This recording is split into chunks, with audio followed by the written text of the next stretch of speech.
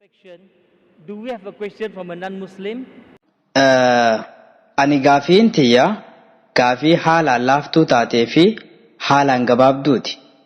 Amantiin Islaamaa jaalala akkamiin laalti? Jaalala jechuun hoo maali? Gaafiin obboleessi keenya nu gaafate amantiin Islaamaa jaalala akkamitti ilaalti? Jaalala jechuun hoo maali?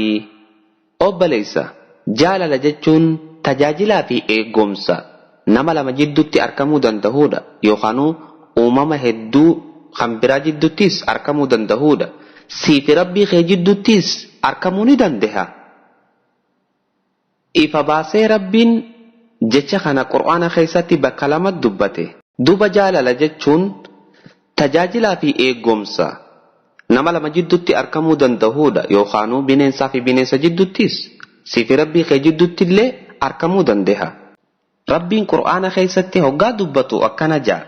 Suuraa Ruum suuraa 30 ayata 21 irratti waan tokkichummaa rabbiitti isin qajeelchurraahi rabbiin lubbuma teessanirraa qindii isinii uumuun yookaan haadha manaa isinii uumuun akka isin ziqii lubbuutii fi tasgabbii lubbuu teessanii itti argattaniif jecha. Ammas jidduu teessanitti godhe jaalalaa fi gara laafinti rahmata walii qabaachuu.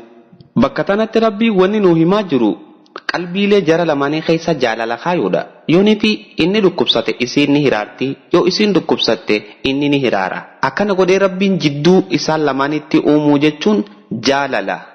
Jaalala jechuun tana. Gaafii tee guututti sii deebise jedheetiin abdadda.